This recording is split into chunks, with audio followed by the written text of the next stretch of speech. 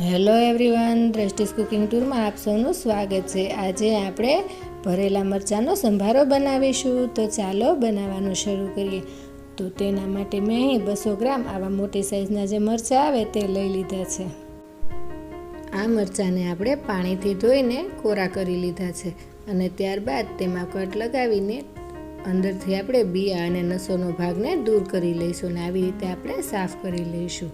તો આવી જ રીતે આપણે બધા જ મરચાં તૈયાર કરી લઈશું।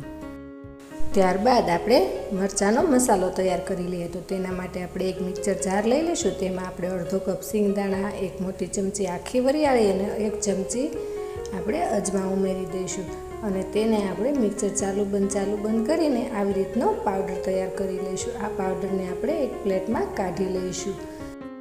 હવે આપણે એક પેન ગેસ ઉપર ગરમ મૂકીશું અને તેમાં આપણે એક વાટકી ચણાનો લોટ ઉમેરી દઈશું અને તેને આપણે કોરો જ આવી રીતે શેકી લઈશું।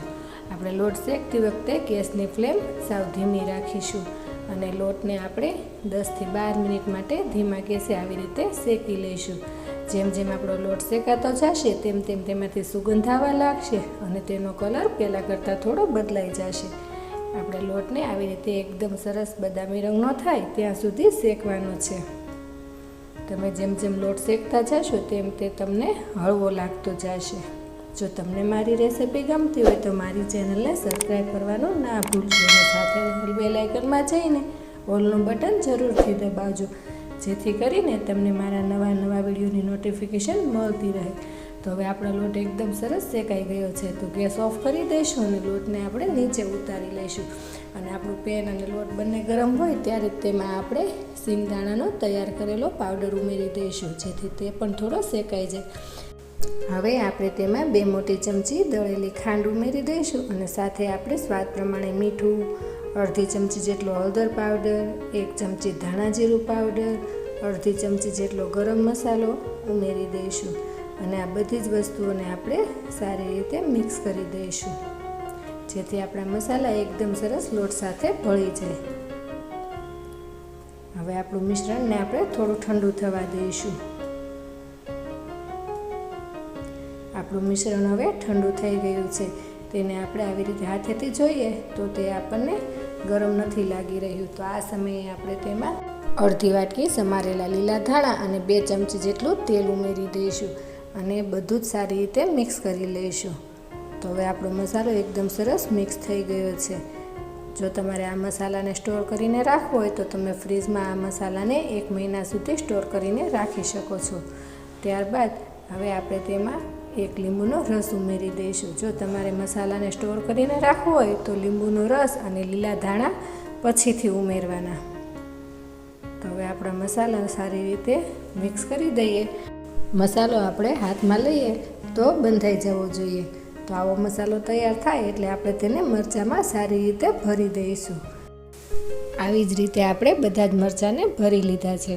તો હવે જે મસાલો વધ્યો છે તેને આપણે એક પ્લેટમાં કાઢી લઈશું અને તે જ પેનને આપણે ગેસ ઉપર ગરમ મૂકીશું અને તેમાં આપણે 2 ચમચી જેટલું તેલ ઉમેરી દઈશું।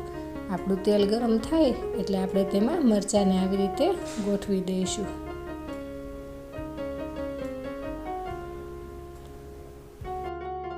હવે મરચાંને આપણે મીડિયમ ગેસ ઉપર સારી રીતે તળી લઈશું।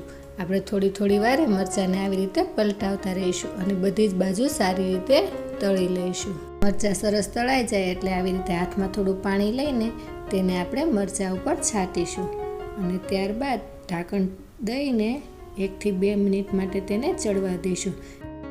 2 મિનિટ રહીને ઢાંકણ ખોલીને જે મસાલો બચ્યો હતો તે આપણે ઉમેરી દઈશું અને ફરી પાછું ઢાંકણ ઢાંકીને 1 મિનિટ માટે આપણે તેને રહેવા દઈશું।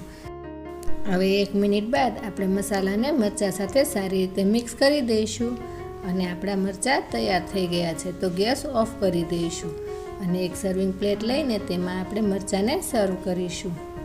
તો તૈયાર છે આપણા ભરેલા મરચાંનો સંભારો। તો તમે એકવાર આવી રીતે જરૂરથી બનાવજો અને કોમેન્ટમાં જણાવજો કે તમને આ મરચાંના સંભારાની રેસિપી કેવી લાગી અને આ સાથે મારી ચેનલને લાઈક, શેર અને સબસ્ક્રાઈબ કરજો। તો આવી જ નવી રેસિપી સાથે આપણે ફરી મળતા રહીશું દ્રષ્ટિસ કુકિંગ ટૂરમાં।